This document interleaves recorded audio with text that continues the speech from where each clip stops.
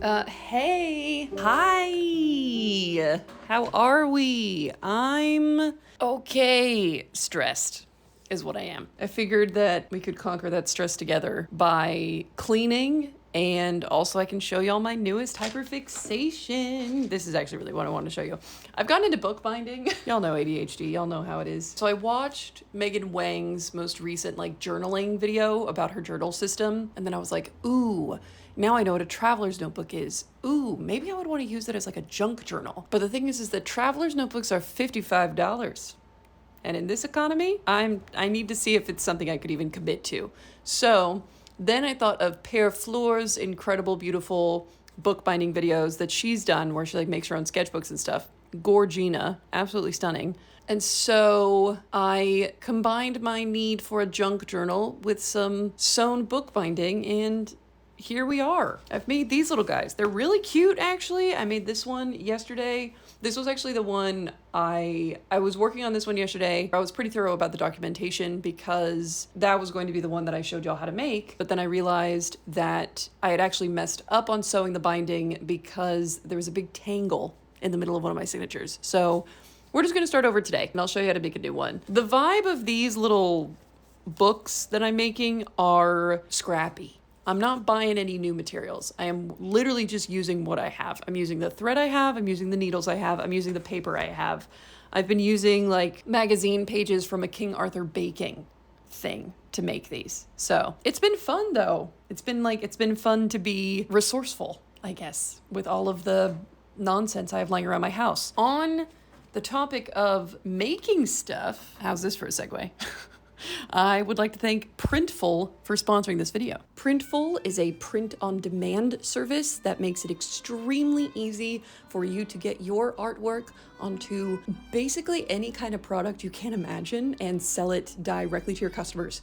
As someone who's had a rather tumultuous relationship with my own online business, I know how daunting it is to order inventory up front, not to mention the nightmare that is fulfillment and shipping management and all of that stuff. Using Printful essentially eliminates all that headache because all you gotta do is make some cool art, decide what kind of product you want to stick it on, and they take care of the rest.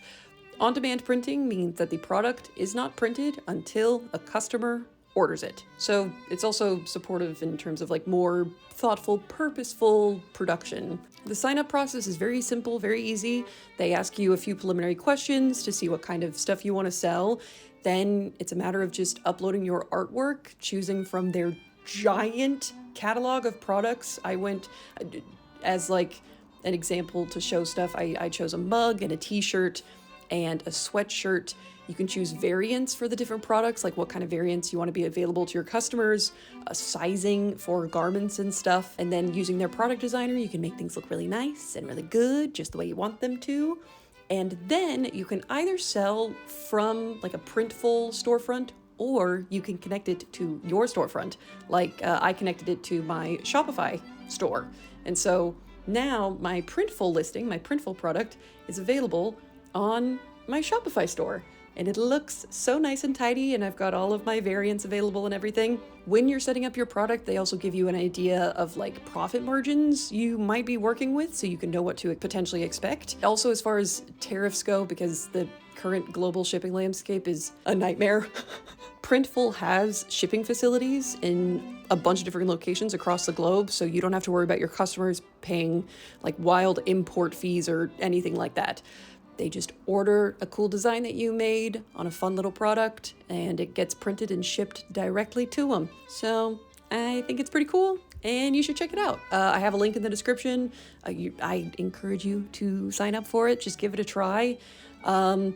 Like you can see, I made this little cowboy cat recently, and so I stuck him on some t-shirts and stuff, and I think he looks really cute, and now it makes me want to finesse the design a bit to make it into a proper t-shirt thing. You know what I mean? Check them out.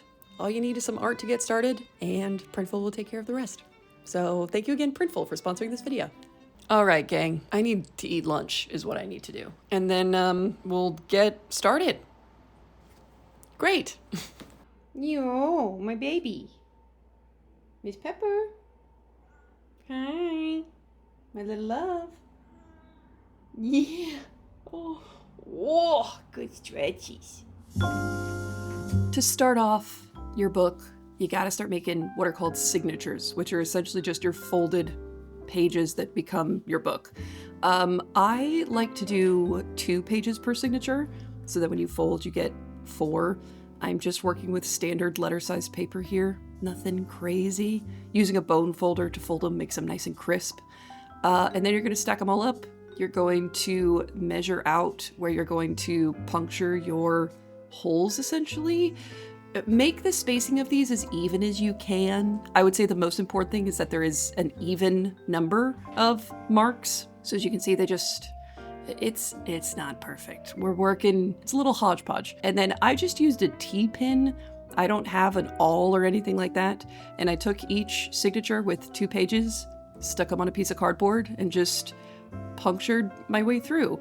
This footage is actually from a different book than the one that I make in the video, but it's just a matter of puncturing through all your signatures with a T-pin or an awl or whatever you have lying around, something sharp.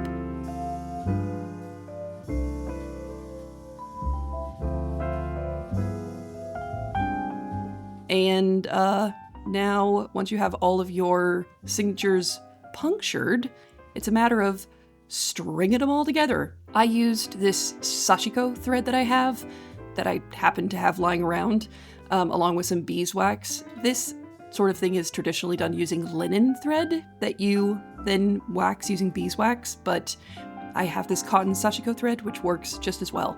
You can use any kind of cotton thread, I think.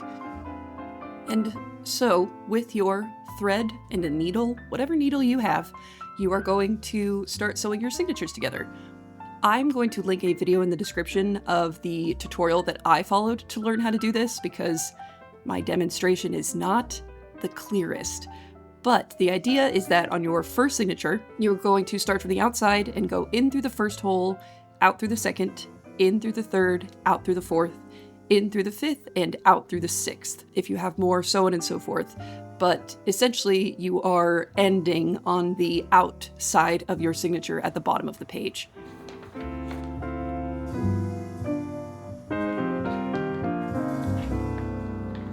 Then you are going to just start weaving your way back up the signature. So it essentially creates a solid line of thread on the inside and the outside.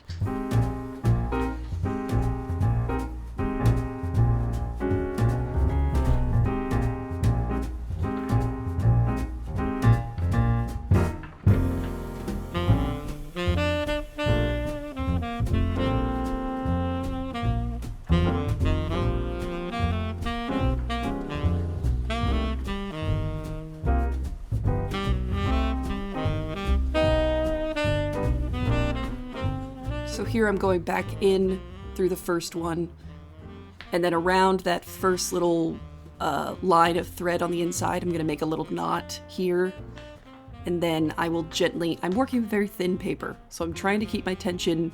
I have to really dance with my tension, but I just pulled that knot to the outside. And then you add your second signature on top and go in through the first hole, and then you're going to go out through the second.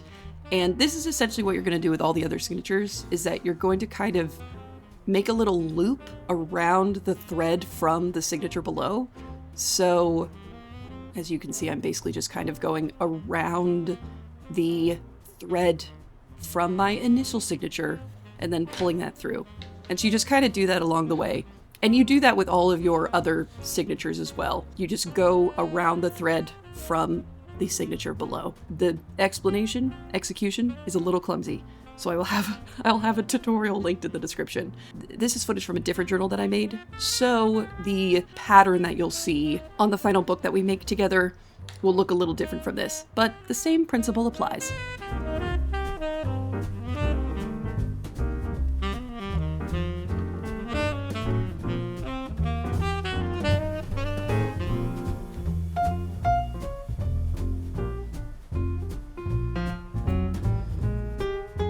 So I'm just going to trim off this final knot and trim off this and this. And now we just are going to apply glue to this, and I do not have a book press, so I'm just gonna stick this underneath my paint toolbox, just like that. I've been using both tacky glue and Elmer's. This takes longer to dry, so we're gonna use the tacky glue. I pretty much just, I apply it like this, and then I'm probably going to use a brush to just kind of spread it out like that. So we've got it on there, and then now I'm just gonna take one of these brushes and you just want to spread it out so it gets in all the little nooks and crannies. Just make sure you get over all of your thread. So now we're just gonna leave that to dry for like, I don't know, half an hour or something. Or I guess while that dries, I can show you how I do the covers.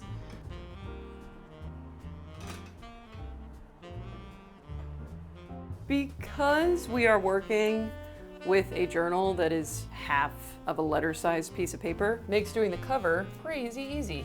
Because all you're gonna do, get a piece of cardstock, just make sure this is only one piece. You're gonna fold it in half, and then you're just gonna crease it up real good. You can use a bone folder if you want.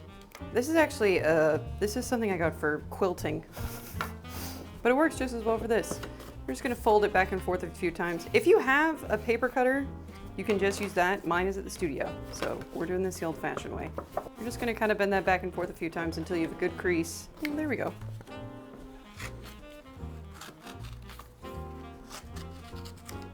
Easy. So now we have the back and front cover of the book. So, I just have these two pages from my King Arthur Flower catalog. I was using this, like glue tape for this because I found it easiest. Just because you don't want to use liquid glue, too much liquid glue with magazine paper because it'll wrinkle real easily. But I do have this handy little glue pen. So I want the blueberry scones on the cover. So we're gonna flip this around like this. You're gonna do a little one. I like this thing because it applies like a minimal amount of glue. And then I also like to draw an X across the thing. This is what I was doing with my glue tape, but we make do. Right side facing down on the magazine. And then I'm just gonna center this as best I can and press it down in order to fold it nice and neatly so that, so that you can just like fold it over real simply. You're gonna take your ruler and you're basically just gonna try and find like the corner of your cover, put the ruler just over it because you're just trying to draw a diagonal. You're trying to cut off the corners of the cover paper. So I was doing this with a box cutter, but I find that box cutters can catch on magazine paper, but we'll try this. If not, you can mark it out with a pencil and then just cut it out. Easy breezy. There we go. That's my, you pretty much want it to get like right up against the corner or else you're gonna have some like really annoying overlap. Great, cute. And now what you're gonna do, you're gonna take the same glue pen and you're gonna do, I like to do one side at a time for this, but I pretty much just draw along the edge of each side. And then you're gonna pick it up and smooth it over. You're gonna wanna pull a little bit so that it doesn't wrinkle, so it's nice and taut. Ta-da. You're just gonna do that on each side. Shit on the back, who cares? No one's gonna see that.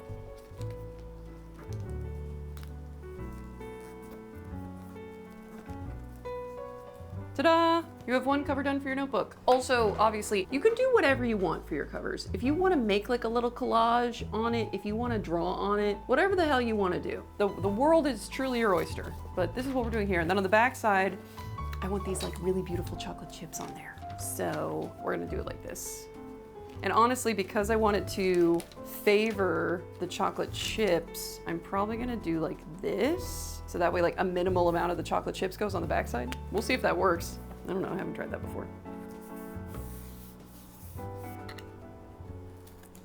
Oh, see, whatever, it's on the backside anyway.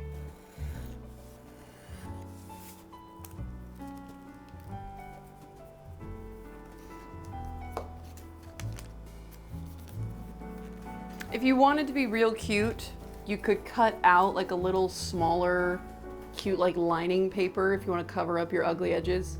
I'm not doing that, but you can if you want to. But look, that's a back cover. Cute, right?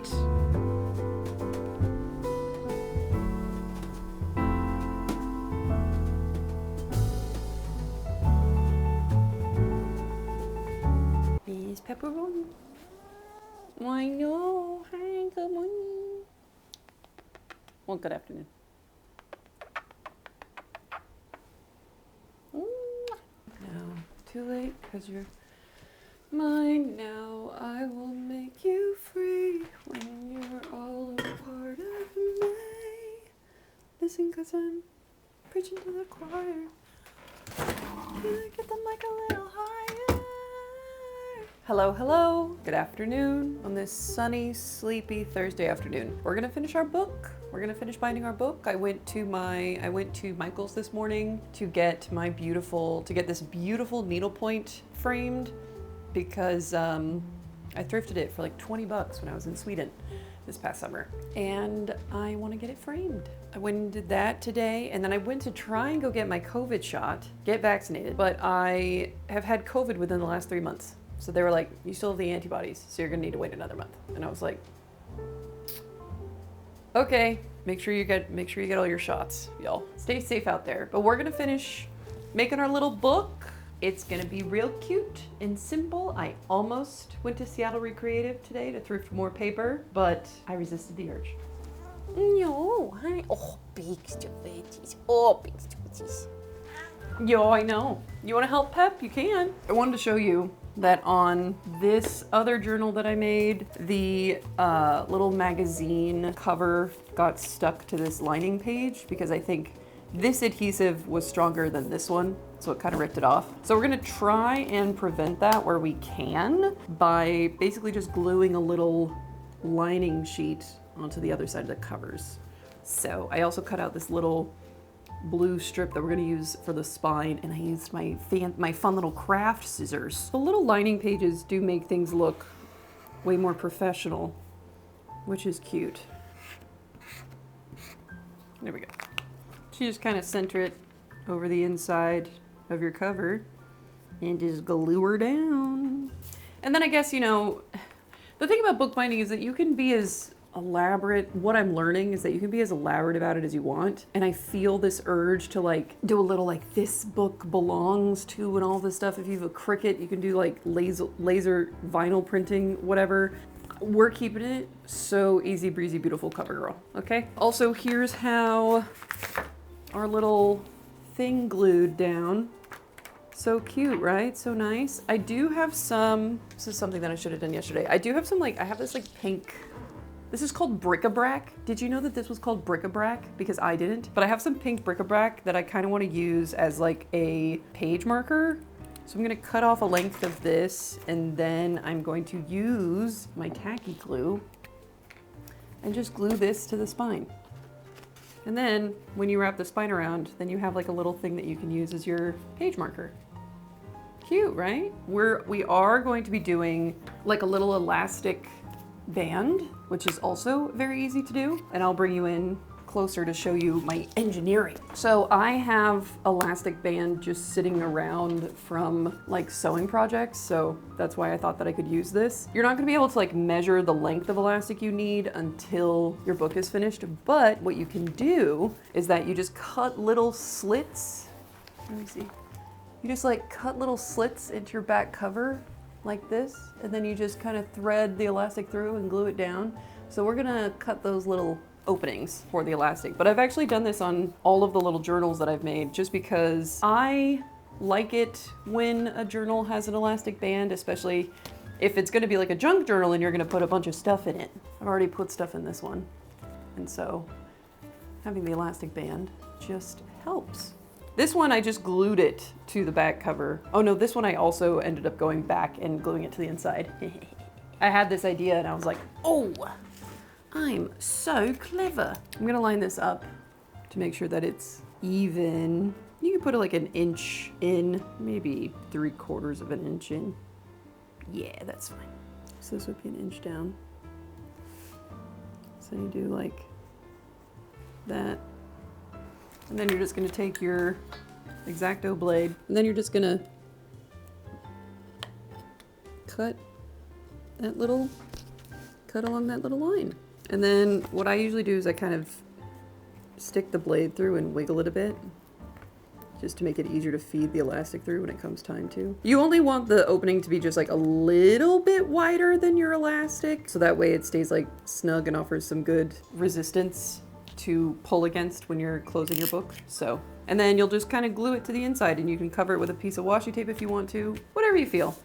While we wait for that bric-a-brac to dry, I might just do a little bit of collaging, a little bit of scrapbooky stuff, you know?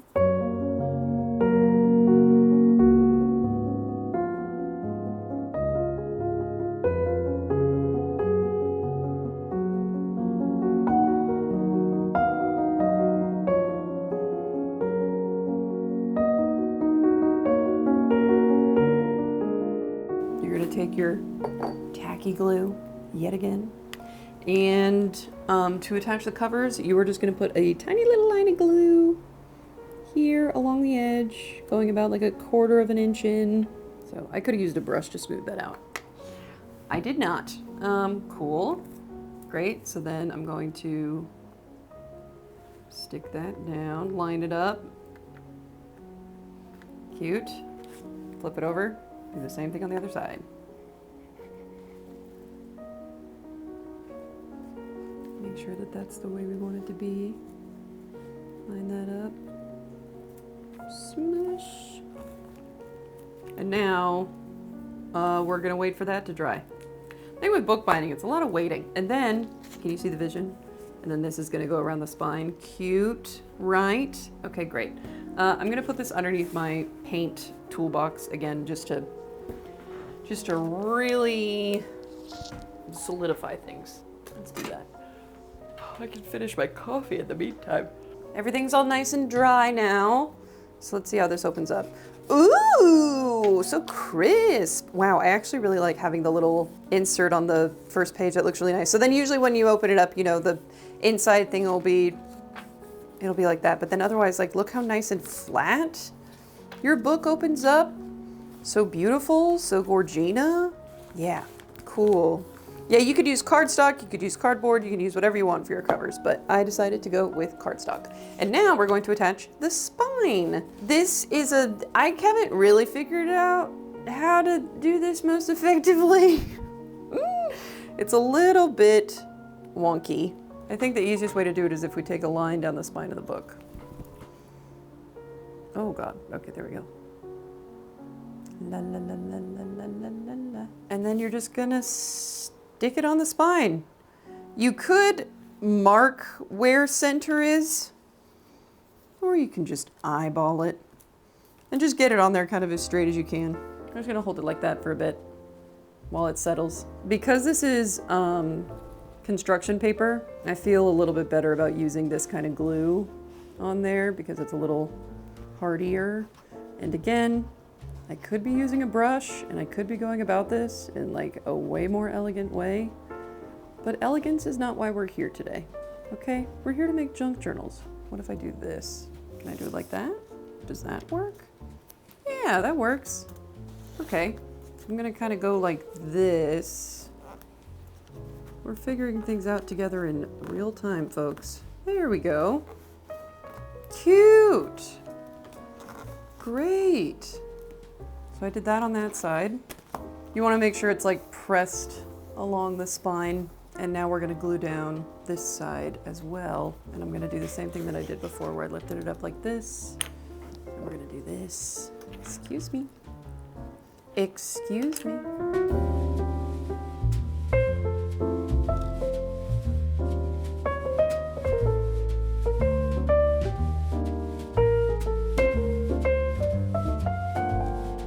We're just gonna do like this to this side as well. Make sure I don't get it on the glue that I just put on my cutting mat.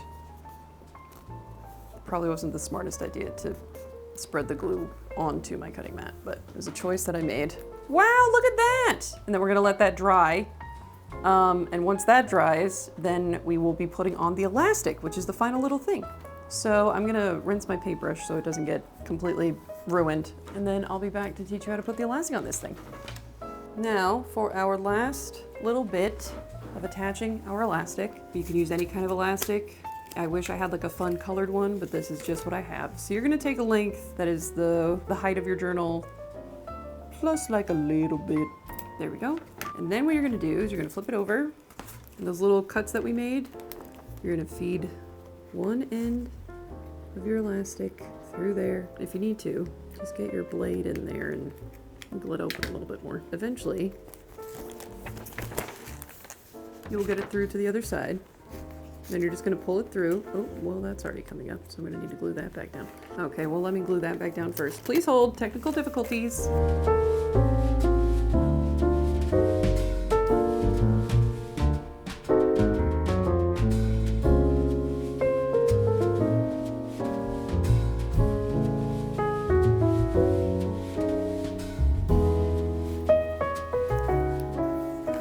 Okay, so we'll do about there. We're gonna glue that down too. Have about that much extra, roughly. And then you're gonna close your book, bring the elastic around the other side, pull it fairly taut, feed it through. Again, there are probably better ways to go about this. All right, so you're gonna kind of pull the second end through until it's pretty taut. I would say take note of this feeling. Cut off a little bit of extra. There are far better, efficient, and more efficient ways to go about this. This is just the way I'm doing it. So, I'm gonna pull this up just a little bit more. And I will glue it down right here. Big joy in making something a little bit messy. So maybe it's like the length of your book plus however far it is in on the edges.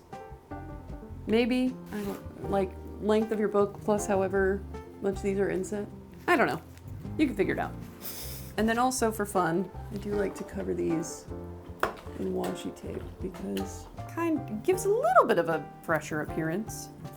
You can wait till they're dry, or you can be impatient like me and just do like this. So lovely.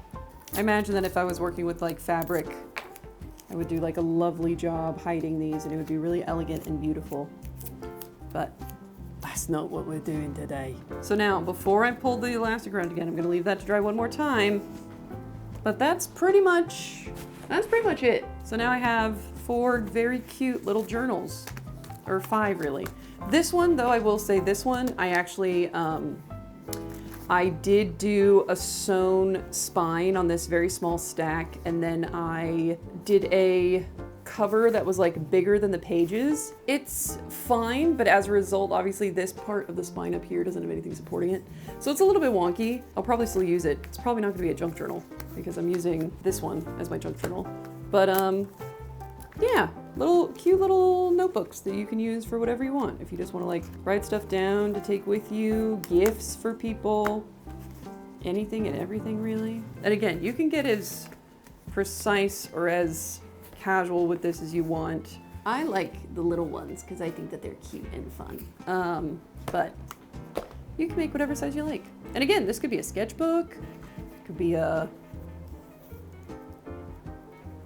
whatever you want. I want a cute little notebook.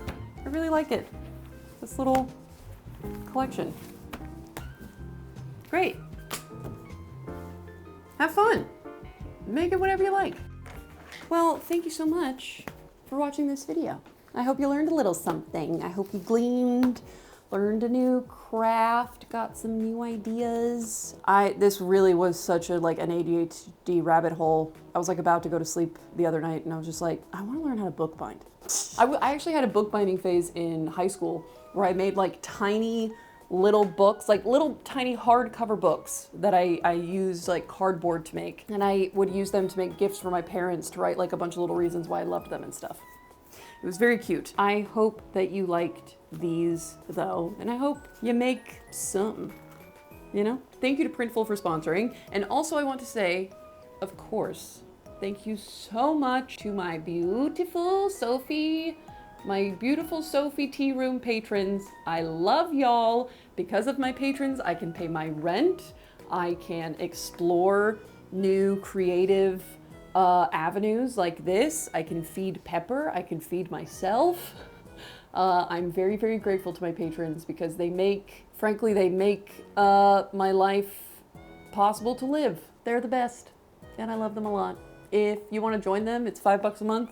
You get weekly blog posts, bi-weekly podcast episodes, Monday co-working streams every Monday, along with just like other little behind the scenes stuff that I'm doing. I'm trying to just post like more of the random little drawings that I make on there, treating it kind of like a second Instagram of sorts. Check me out over there if you want. No pressure.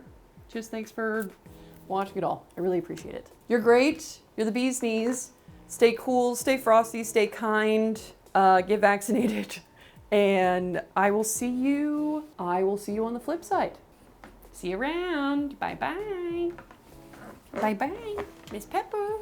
Hi. Hi, Miss Baby. Hi. Do you want to say anything? No. Eat be too good. Eat be too good. Mwah.